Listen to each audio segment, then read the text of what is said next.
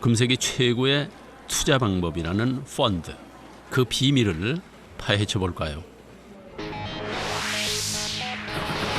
펀드란 다수의 사람으로부터 자금을 끌어모아서 주식이나 채권 등에 투자한 뒤에 수익을 나누어 갖는 금융 상품을 말합니다. 내가 펀드를 사면 나와 같은 펀드를 산 사람들의 돈이 합쳐져서 수탁회사로 갑니다. 수탁회사는 돈을 보관하고 있습니다. 그럼 자산운용사의 펀드 매니저가 투자를 결정하게 됩니다. 이제 수탁회사는 가지고 있던 돈을 투자합니다. 그리고 거기서 이익이 나오면 투자한 비율대로 나누어 주는 것입니다. 그러나 분명히 알아야 할 것은 펀드는 저축이 아니라 투자라는 겁니다. 투자라는 말은 한마디로 다 날릴 수도 있다는 뜻. 펀드는 어디에 투자하는지에 따라서 주식형, 채권형, 혼합형으로 나뉘어집니다. 주식형은 고수익이 가능한 만큼 위험이 큰 고위험 상품입니다. 그렇다면 수익이 높고 위험은 낮은 상품은 없는 것일까요? 고수익과 저위험은 완전히 배치되는 개념인 것 같습니다. 그래서 그런 상품이 있다고 하면 제가 먼저 투자해야 될 것 같고 제가 아는 바에는 그런 상품은 없는 걸로 알고 있습니다. 그렇기 때문에 펀드를 고를 때는 자신의 목적과 투자 스타일에 맞는 것을 골라야 하는 것입니다.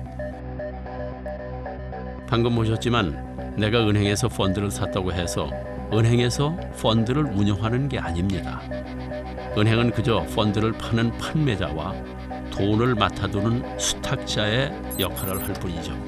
실제 펀드를 운영하는 것은 자산운용회사에서 하는 것입니다. 내 돈을 이렇게 많은 전문가들이 운영해 준다니 고마운 마음이 드시나요? 하지만 알고 있지 않습니까? 세상에 공짜는 없는 법입니다. 자, 일단 판매회사인 은행이나 증권사는 나한테 펀드를 팔면서 수수료를 챙깁니다. 팔 때 받는 경우를 선취, 나중에 받으면 후취, 또 90일 이전에 다시 팔고 싶으면 수익금의 70%를 환매 수수료로 내야 하는 것입니다. 펀드에 투자를 하면 내 돈을 내가 10만 원을 냈는데 펀드 통장에 찍히다 보면은 99,000원이 찍혀 있단 말이죠. 이 1,000원이 뭐지라고 궁금해하시는 분들도 있고 아예 그것도 모르시는 분들이 있으세요. 그러면 이제 10만 원을 넣었는데 내 통장에 원금에서 99,000원이 찍히는 이유는 선취 수수료로 1,000원이 빠져나갔다라는 의미가 되는 거거든요. 그뿐이 아닙니다. 수탁회사와 투자운용회사에는 매년 보수를 주어야 합니다. 펀드가 잘 나가서 50% 이상의 이익을 낼 때는 그래도 괜찮습니다. 거기서 일정 부분을 떼어주면 되는 것이니까요. 하지만 수익을 못 냈다고 보수를 안 주는 게 절대 아닙니다. 미안하다 이렇게 깎아주지도 않습니다. 결국 원금에서 줘야 되는 것입니다. 수수료를 100만 원, 200만 원씩 이렇게 수수료를 계산하고 하더라고요. 그 서류를 보니까. 근데 그것은 수수료에 대해서는 사전에 설명 없이 일방적으로 수수료를 이제 계산을 했고요. 또 그 상한 길이 됐을 때에 그 원금과 이자를 줄 때에는 자네들이 일방적으로 그러니까 회사 자체의 이익금을 먼저 다 챙기고 이익이 없으면은 그 고객에게 그 원금에서 일방적으로 삭감한다 하는 것을 제가 나중에 알았습니다. 보통 판매 보수가 1% 높을수록 투자자의 수익률은 0.31% 낮아진다는 통계가 있습니다. 1%가 뭐 그리 대단하냐 이렇게 생각하실 수 있습니다. 그런데 매월 40만 원씩 투자한다고 했을 때 9%의 투자 비용과 딱 1% 차이 나는 10%의 투자 비용을 계산해 보면 이렇게 큰 차이가 납니다.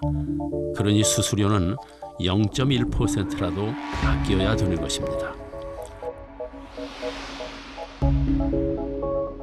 그런데 여기서 끝이 아닙니다. 수수료와 보수는 그저 보이는 비용일 뿐이고 보이지 않는 비용이 또 있습니다. 주식을 한번 사고 팔 때마다 증권사에 내는 수수료가 있습니다. 펀드를 운영하는 펀드 매니저들이 사고 팔 때마다 나는 모르지만 거기 숨어 있는 그 비용들이 계속 발생을 하거든요. 바로 주식 매매 수수료. 주식을 매매할 때마다 지불해야 되는 비용입니다. 그런데 증권거래가 얼마나 빈번한지를 말할 때는 매매 회전율이라는 말을 씁니다. 매매 회전율이란 고객의 돈으로 주식을 샀다가 다시 돈으로 환매하는 것을 말합니다.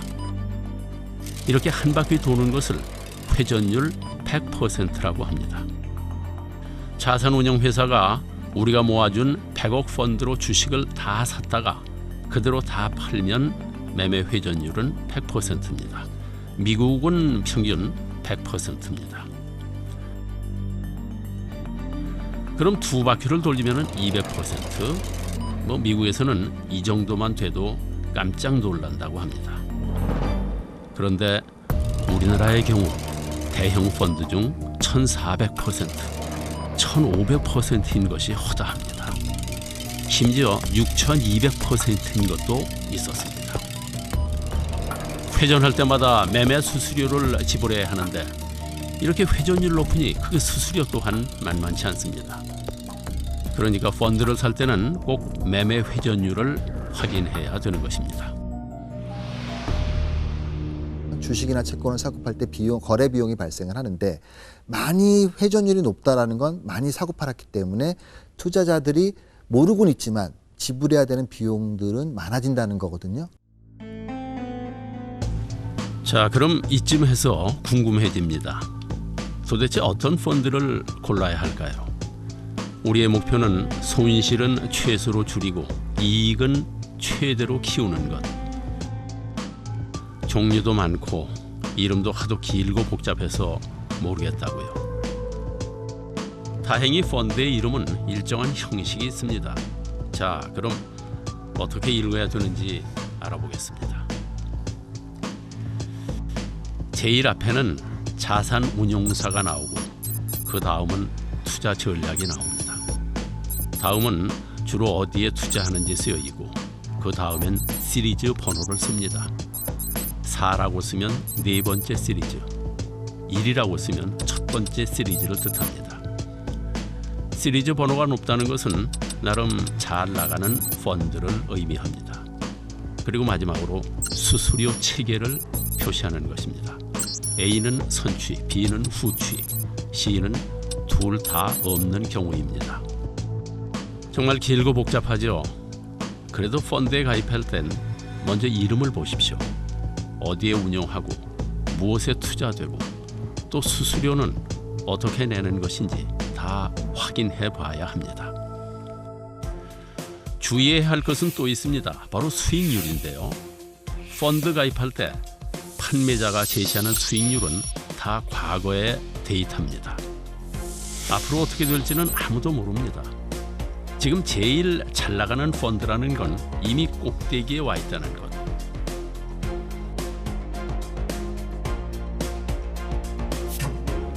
그러므로 수익률만 보고 판단하는 건 위험한 일입니다. 고수익 상품은 고위험 상품임을 잊지 마셔야 합니다. 또 수익률이 좋다고 이 펀드 저 펀드에만 투자해서도 안 됩니다. 자산을 부동산, 예금, 펀드 등 각각의 특성을 고려해서 분산해서 투자해야 합니다.